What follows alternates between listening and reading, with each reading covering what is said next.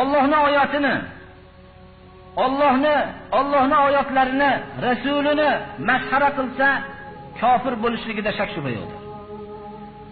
Qul abillahi va ayatihi va rasulihi kuntum tastahzi'un la ta'taziru qad kafartum ba'da imanikum. Allohning oyatlarini va rasulini masxara masjidda domlaga savol bo'pti. Savolni aptini qarang. Qog'ozda yozib chiqarib yuborgan. Domla jumani uyda o'qisa ham bo'laveradimi?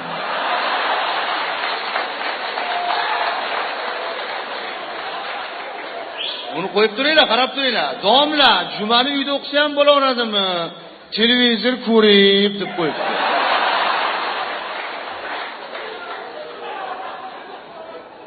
Uyda o'qisa bo'laveradimi sizga? Domla hazm qildi, chidabdi-yu, televizor ko'rib tap ketdi.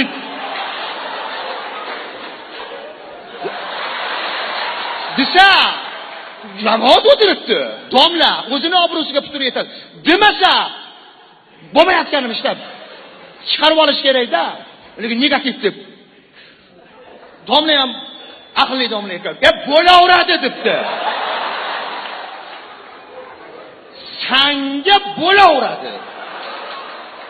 Sen uyda televizor ko'rib o'qisang bo'laveradi. Farrosatingdan sen yana debdi.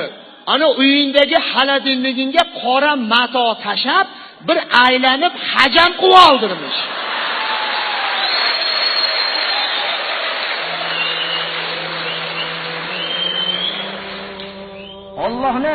Allohning oyatlarini va rasulini masxara qilyapsizlarmi? Sizlarga masxara qilinadigan hayotda hech narsa qolmasdan Allohning oyati va rasuli qoldimi? Uzr aytmanglar. Kofir bo'lganligingizda shak shubha yo'q. Avval iymonda edinglar, shundan keyin sizlar kofir bo'ldinglar. Mana bu dalil bo'ladi.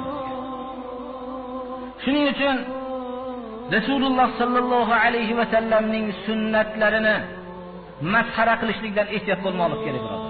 Agarki o'zi qilmayotgan bo'lsa ham masxara qilib qo'yishlikdan, moddiy falsafaning ta'siri ostida ko'ziga Rasululloh sallallohu alayhi va sallamning sunnatlari xunuk ko'rinib qolishligidan ehtiyot bo'lmoqlik kerak. Biror bir kishi misvok tutayotgan bo'lsa, misvok sunnati muakkadaligida shak shubha yo'q. Agar shu misvokni og'ziga bir yog'ochli yo boshqa narsani qilyapti, masxara qilishlikdan ehtiyot bo'lmoqlik kerak. Boshqa sunnatlarni ham o'zi qilmayotganligini, nuqsoni haqida fikr qilsin. Boshqa odamning qilayotgan sunnatini masxara qilishlikdan ehtiyot bo'lmoqlik kerak. Bu musulmonlar islom hayotida yashagan musulmonlar emas. Islomning pok nizom deb tan olgan nizomda yashagan musulmonlar emas. Islomning masxara qilingan muhitda yashagan musulmonlar. Ertamandan kechgacha islomga qarshi so'zlarni eshitib katta bo'lib, o'zlarining ota-onalarining pok ibodatligini ko'rib, alhamdulillah ibodatini saqlab qolgan xolos, islomning pok hayotni ko'rgan emas.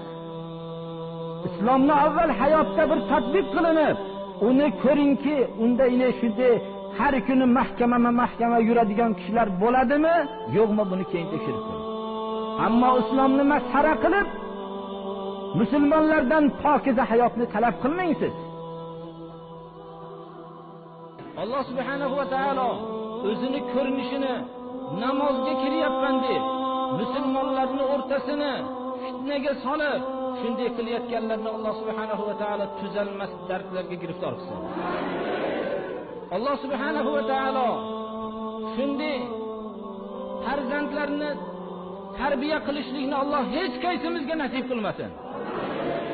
Alloh subhanahu va taolo agar farzandlarimizdan din bilan kurashadigan avlodni bo'lishligini iroda qilsa, o'zi halok qilib yoshligida yo'qotib yuborsin. Alloh subhanahu va taolo zurriyotimizdan dinga yordam beradigan kishilarni chiqarsin. Alloh subhanahu va taolo din islomni o'zi himoyasiga olgan, o'zi himoya qilsin.